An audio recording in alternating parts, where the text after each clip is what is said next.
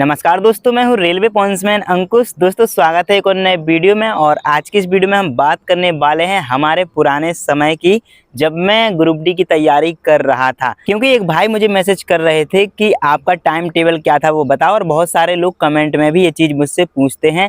तो आज की इस वीडियो में मैं आपको बताऊंगा कि मैं जब ग्रुप डी की तैयारी कर रहा था तब मेरा टाइम टेबल क्या था, मैं कौन से समय पे कौन से सब्जेक्ट की पढ़ाई करता था और किस तरह से मैं मेरा डेली रूटीन बनाया करता था और डेली उस प्लान को फॉलो भी किया करता था।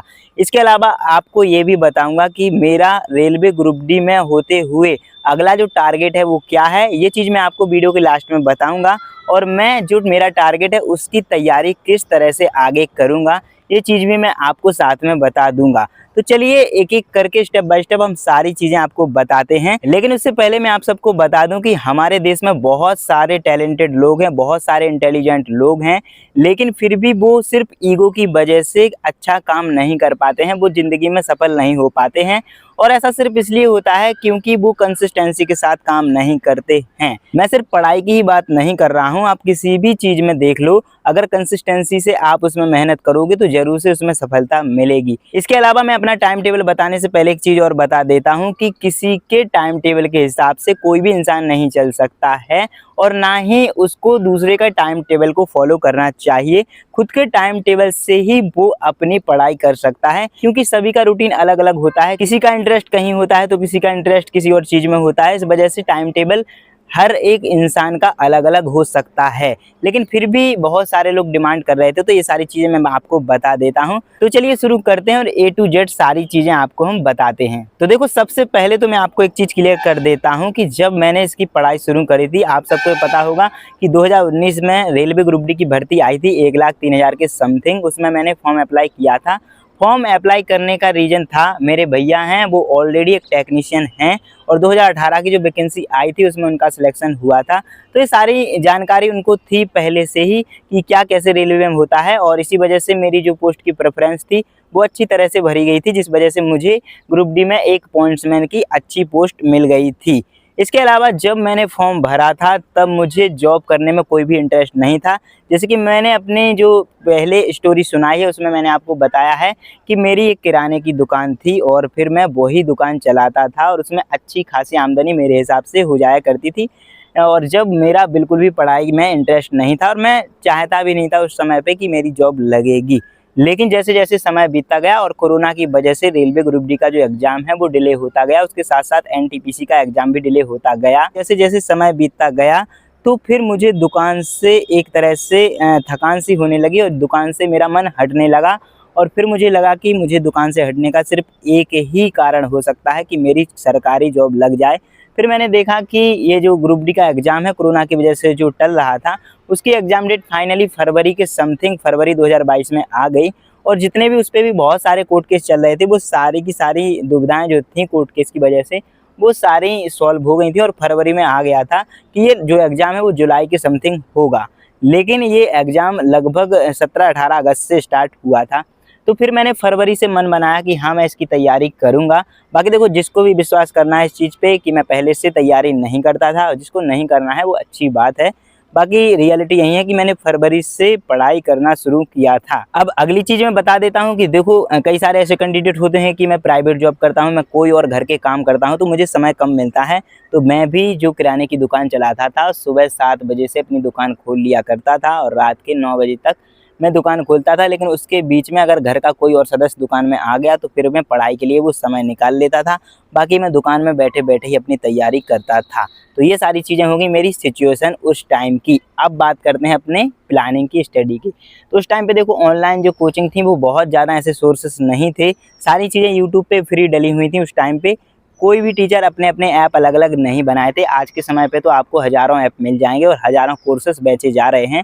उस टाइम पे इतने ज़्यादा कोर्सेस नहीं थे, हाँ सीमित कोर्सेस थे, लेकिन उस टाइम पे ऐसा लगता था कि हमें फ्री में जब सारा कंटेंट मिल रहा है तो वही चीज़ें हमको फ्री में पढ़नी चाहिए। तो यूट्यूब से मैंने बहुत सारे टीचर्स की क्लासेस देखी। एंड में मुझे 4 टीचर पसंद आए।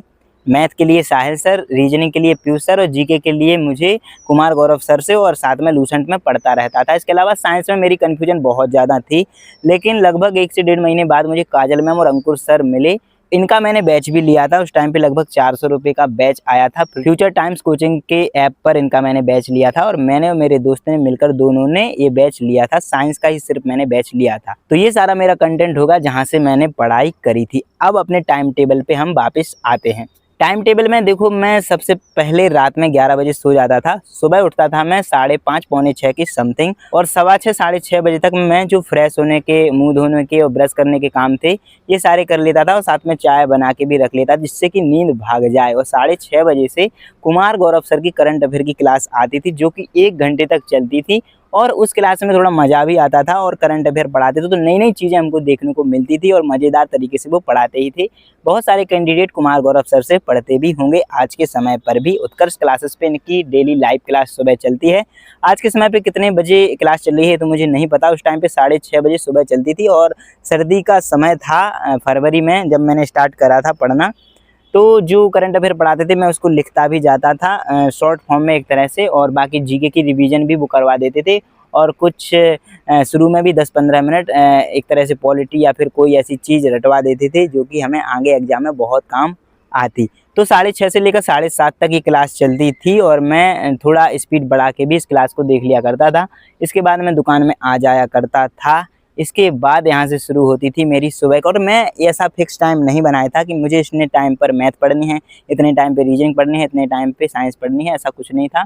मुझे जब मेरा जो भी मन किया, मुझे लगा कि मुझे आज मैथ का एक टॉपिक कंप्लीट करना ही करना है, चाहे उसकी 6 क्लासेस हों चाहे 7 क्लासेस हों।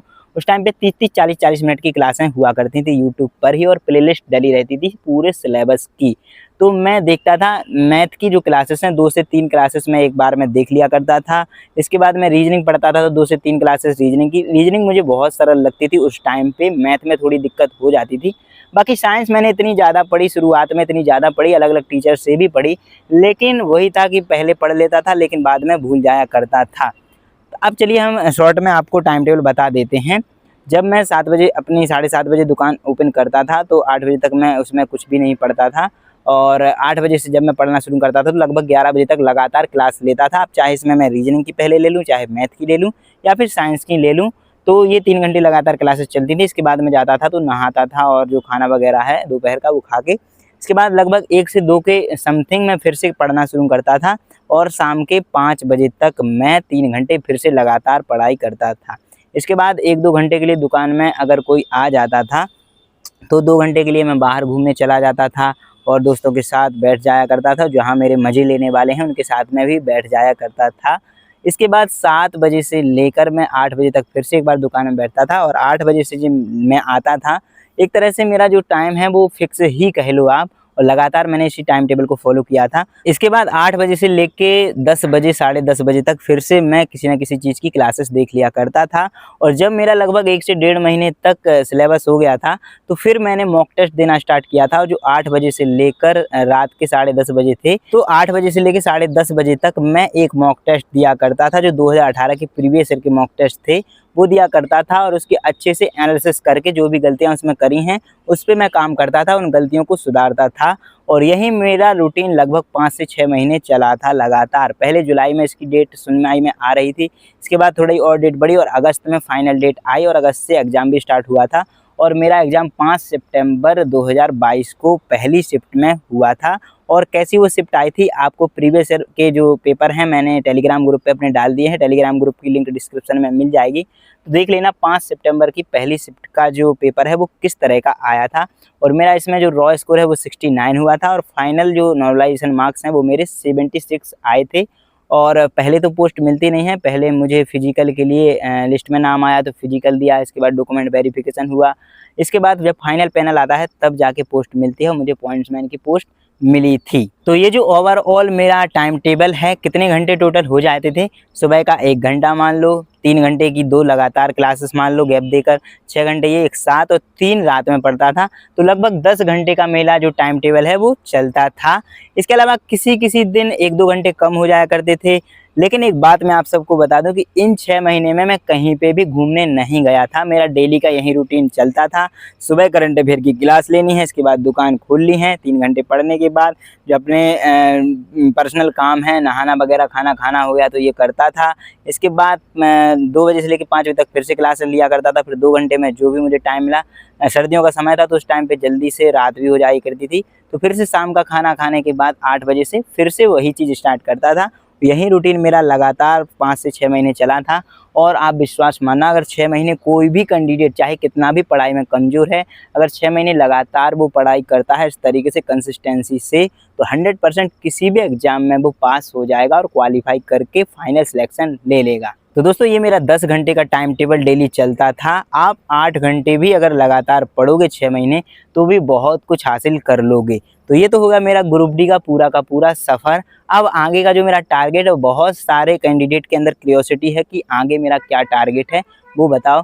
आगे का मेरा टारगेट है एनटीपीसी ग्रेजुएशन लेवल का। अभी मेरी ग्रेजुएशन चल रही है और 3rd ईयर मतलब कि 5th सेमेस्टर अभी चल रहा है और 2 सेमेस्टर लास्ट के बचे हैं। इस साल मेरी ग्रेजुएशन कंप्लीट हो जाएगी। इसके बाद जो अगली वैकेंसी आएगी उसमें मेरा फॉर्म फिल होगा और उसकी मैं तैयारी करके, सिर्फ एक ही पोस्ट के लिए मैं तैयारी कर रहा हूँ, वो है स्टेशन मास्टर की। और एक ही पोस्ट के लिए मैं ज़्यादा प्रेफरेंस दूंगा, बाकी और कुछ पोस्ट मिली तो हो सकता है कि मैं वो पोस्ट ना भी लूँ, क्योंकि अभी जो एलपी का एग्ज़ाम हुआ था उसमें मैंने सिर्फ इसी वजह से अच्छे से प्रिपरेशन नहीं करी थी, क्योंकि रनिंग की जॉब मुझे बिल्कुल भी पसंद नहीं है। घर के पास मिलने वाली पोस्टें मुझे पसंद आती हैं। तो अगला जो मेरा टारगेट है वो है एनटीपीसी ग्रेजुएट लेवल का। और इसका जो सिलेबस है लगभग ग्रुप डी के ही जैसा है। 30 मार्क्स की मैथ आती है, 30 मार्क्स की रीजनिंग आती है, 40 मार्क्स की जीके जीएस आती है सीबीटी 1 में, और 35 मार्क्स की रीजनिंग, 35 की मैथ और 50 मार्क्स की जीके जीएस आती है सीबीटी 2 में। इसके बाद स्टेशन मास्टर के लिए एक साइको टेस्ट भी लिया जाता है। इसके बाद डॉक्यूमेंट वेरिफिकेशन और मेडिकल टेस्ट लिया जाता है। तो इतनी सारी चीज़ें मुझे करनी है। अभी के टाइम पे अगर मैं पढ़ाई की बात करूँ तो मैं बिल्कुल भी पढ़ाई नहीं करता हूँ। 2-4-5 दिन में एक आध मॉक टेस्ट इसलिए दे लेता हूँ ताकि मेरी प्रैक्टिस बनी रहे। फिर भी अभी के टाइम पे मैथ और रीजनिंग में मैं अच्छा स्कोर कर लेता हूँ, क्योंकि पहले मैंने अच्छे से बेसिक कंप्लीट करके अच्छे से प्रैक्टिस कर ली है, तो सारे कंसेप्ट मेरे क्लियर हो गए हैं। तो आपको दोनों चीज़ें पता चल गई होंगी, मेरे ग्रुप डी का टाइम टेबल और अगला जो मेरा टारगेट है वो। बाकी देखो, मैं पूरी कोशिश करूंगा अपना जो टारगेट है वो अचीव करने की। बाकी आप सबकी दुआएं हैं। तो दोस्तों यही था आज की इस वीडियो में। बहुत सारे लोग डिमांड कर रहे थे, तो ये मेरा टाइम टेबल और सारी चीज़ें मैंने आपको बता दी हैं। उम्मीद है कि आपको ये वीडियो पसंद आई होगी। अगर वीडियो पसंद आई हो तो वीडियो को लाइक और अपने दोस्तों के साथ शेयर जरूर करना। साथ ही अगर चैनल को सब्सक्राइब नहीं किया है तो सब्सक्राइब जरूर कर लेना, और टेलीग्राम ग्रुप की लिंक डिस्क्रिप्शन में दी गई है, उससे जरूर ज्वाइन कर लेना। इंपॉर्टेंट अपडेट वहाँ पे मैं देता रहता हूँ। चलिए फिर मिलते हैं अगली वीडियो में, तब तक के लिए नमस्कार, धन्यवाद।